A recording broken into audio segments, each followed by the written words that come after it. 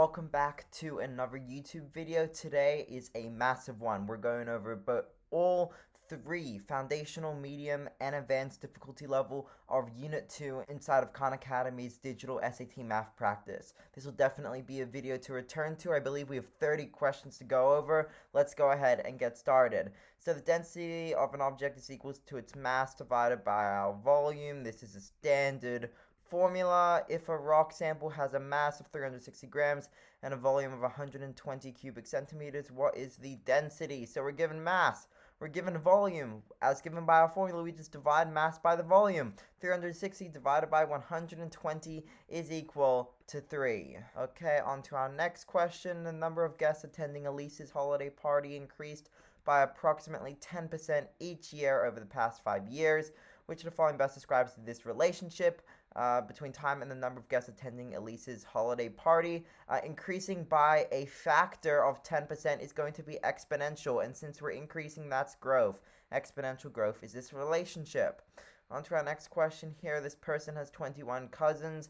If 12 of them live in the same city as this person does, what is the ratio of this person's cousins who live in the same city as this person does to the total number of cousins that they have? So 12 of them live in the same city. There are 21 in total. This ratio we need to simplify.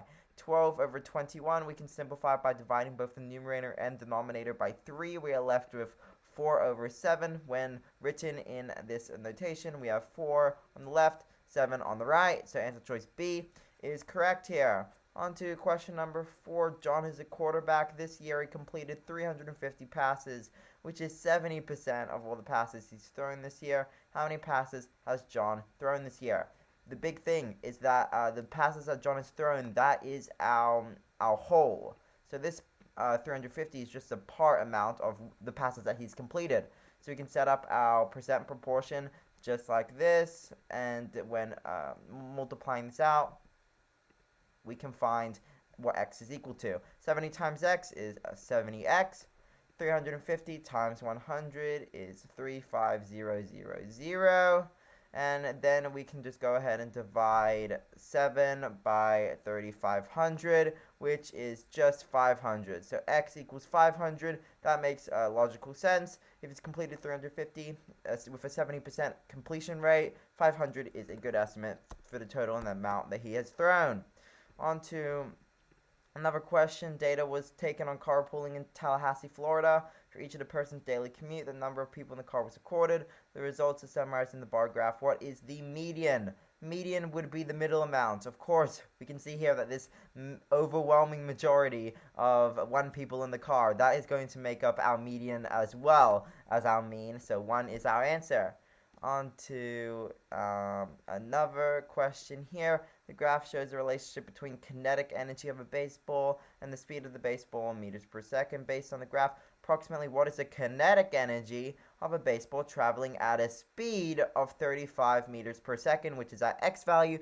We just look for that corresponding y value, which is around 90, which means the correct answer is answer choice C.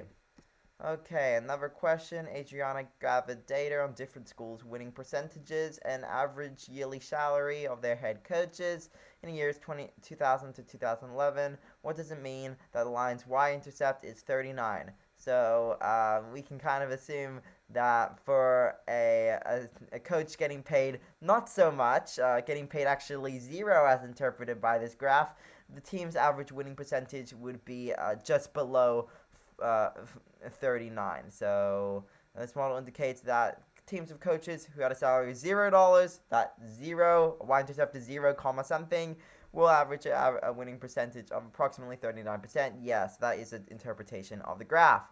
Jenna polled her co-workers on whether they own a TV, subscribe to a streaming service, both or neither. The results are shown. How many of Jenna's co-workers do not own a TV? So we just take this does not own a TV, these two columns, and then we add them together. 85 plus 3 is 88, so that means B is correct. Another question. In a random survey of employees, 4 out of 5 are in favor of stocking healthier snacks in the break room. If the employees surveyed a representative of all 240 employees. How many employees are in favor? All you have to do, multiply 240 over 1, that is 240 as a fraction, by 4 over 5. We can do some quick reducing here, so we can divide 5 from 5, which is 1. We can divide 5 out of 240. Let's just write that off to the side real quick here. 5 goes into 24 4 times. Then we subtract, bring down to 40. 5 goes into 48 times. So then we just left with 48 times 4.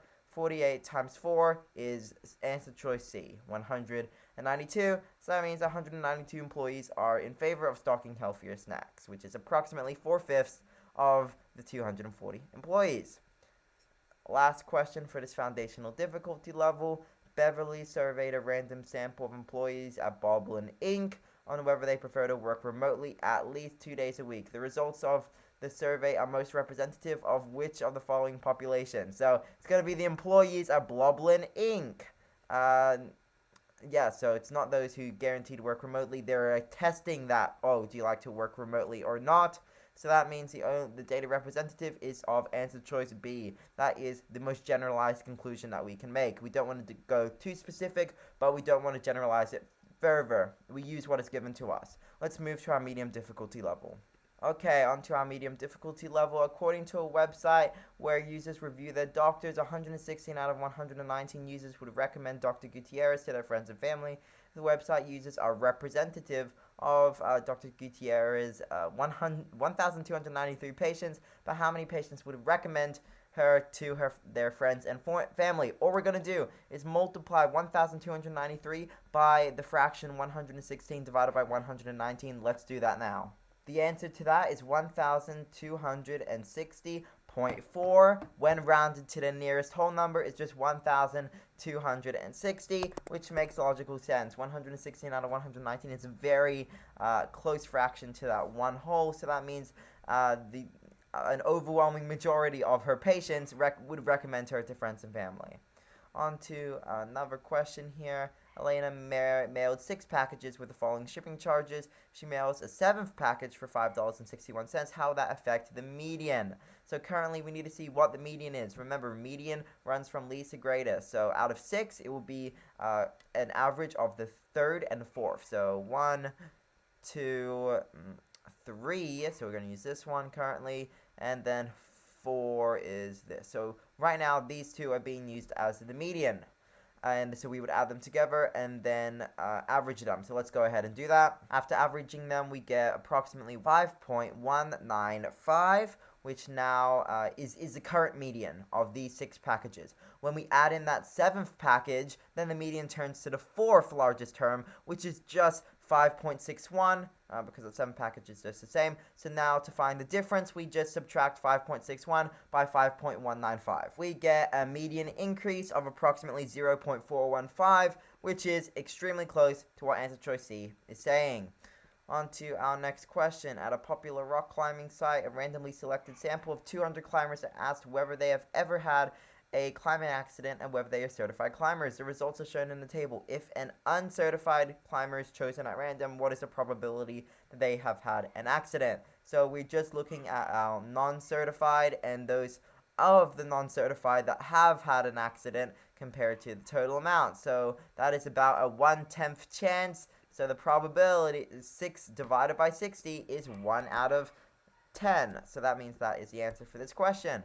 On to this next one. The scatter plot shown plots the average rent for a 1-bedroom apartment in New York City each year between 2000 and 2013, which the following is the best prediction of the cost of a 1-bedroom apartment in New York in 2007. So 2007 is going to be 7 years after the year 2000. So we're looking at this X value right here, and it's going to be extremely close to 1 plotted, more close to the line of best fit, which is a little bit, this point's a little bit of an overestimate, but it is currently sitting at around $1,020. So the closest answer to that is about 1,100.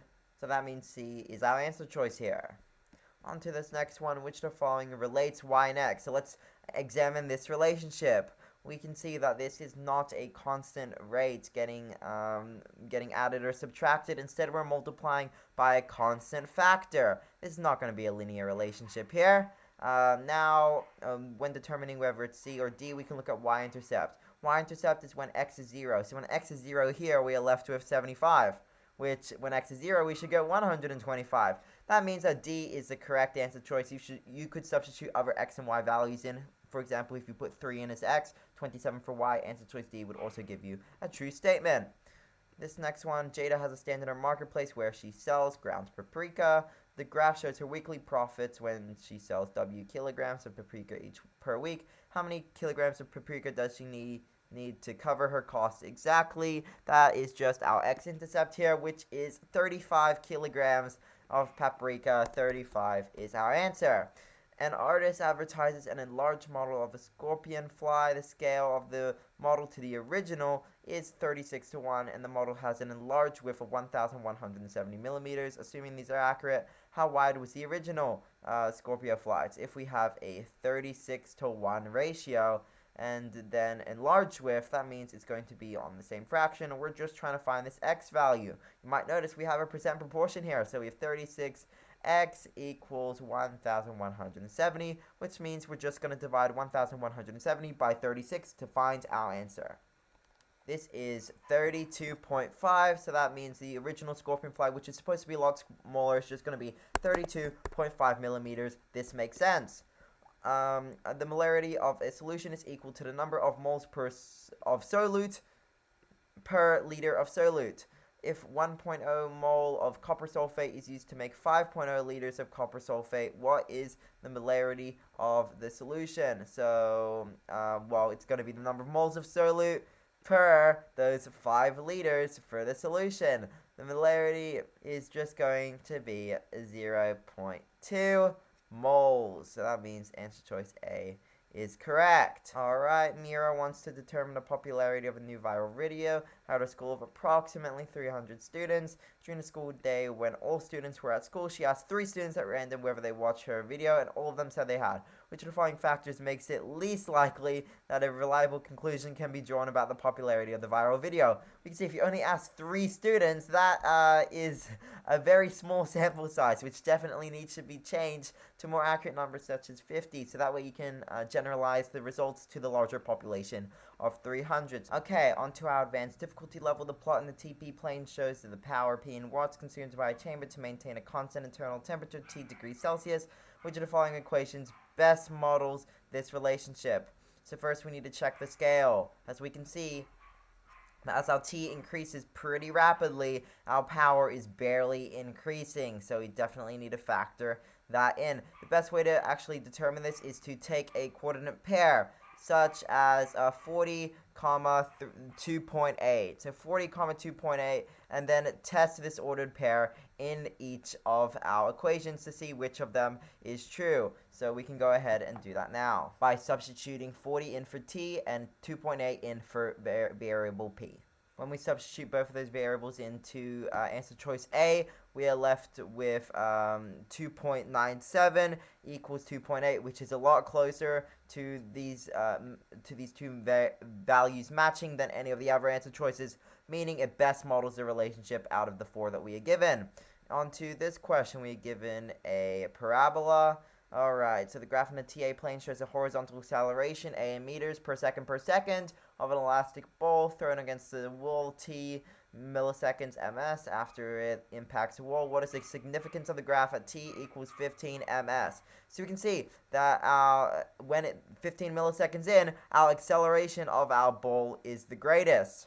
What is extremely important here is that answer choice C mentions that it experiences its greatest horizontal acceleration after impact. Answer choice D says after being thrown. So it says thrown here, but then we are measuring the time milliseconds after. So that 15 milliseconds after it impacts the wall. So that means answer choice C is going to be correct here. We need to be able to read and interpret these word problems.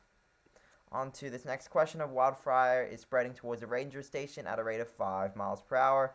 The ranger station is 5 miles away from the wildfire. How many minutes does it take for the wildfire to reach the ranger station? So 5 miles per 1 hour. This equals 5 miles. Oh, how many minutes? Let's convert hour into minutes. So that means that this denominator is going to turn into 60 minutes. And then this is just going to turn into x. 6 times x is 6x. 5 times 60 is 30. Plus a 0 is 300.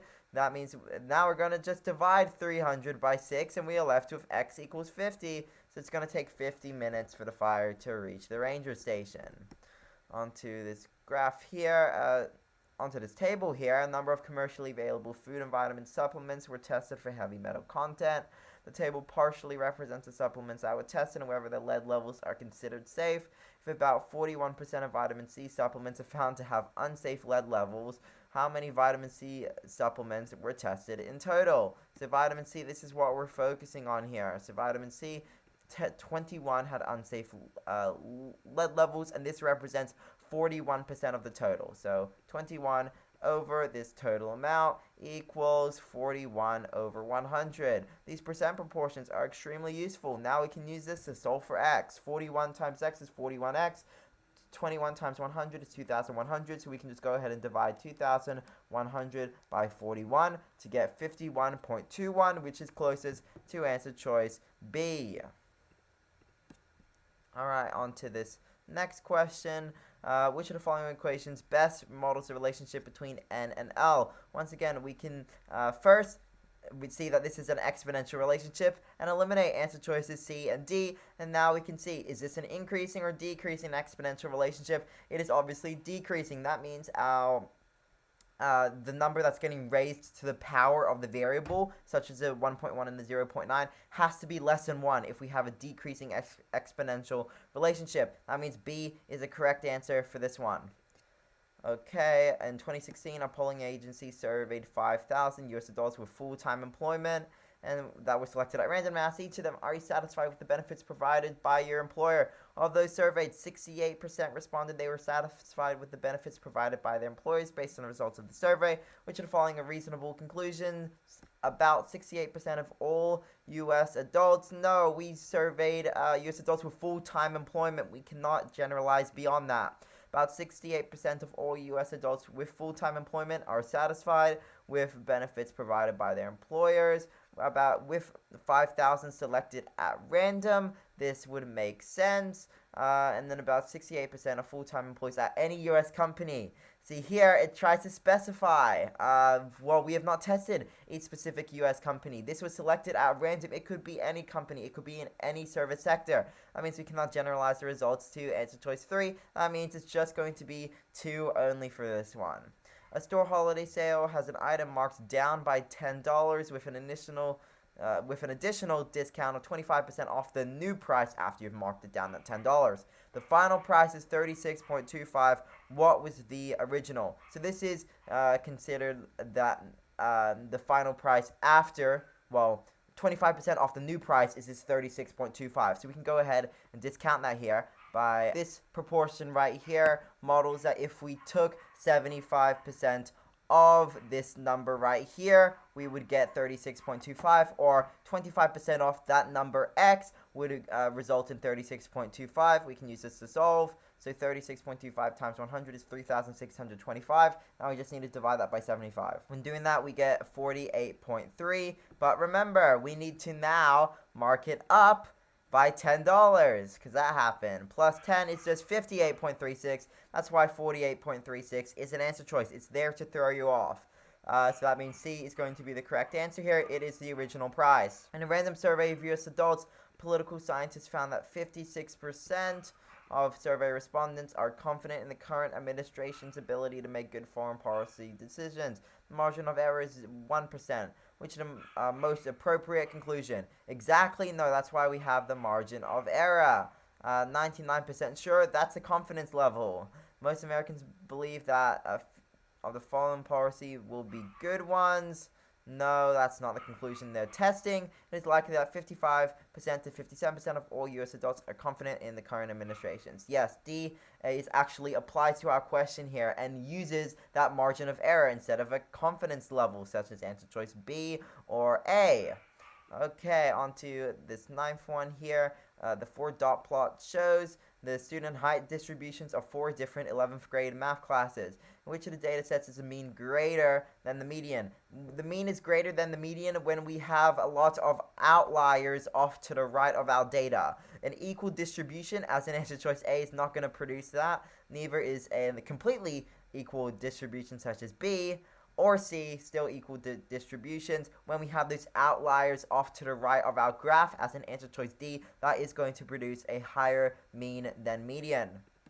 Okay, last question. If y equals kx and k is a constant, when y, okay, so when y equals 28, when x equals 12, what is the value of y when x equals 9?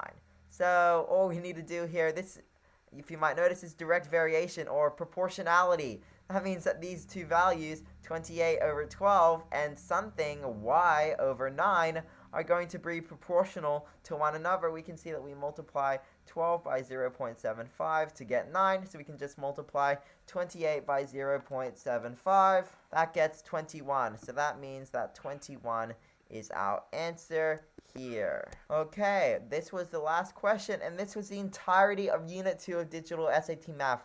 We officially halfway into all of this SAT Math. This was a very long video. If you have any questions, make sure to leave them in the comments. Make sure to subscribe to support with these longer form content, and I'm very excited to continue working through the advanced math and the geometry and trigonometry sections. So definitely be on the lookout for those videos in the future. I will see you guys then. Congratulations if you made it to the end of this one, and goodbye.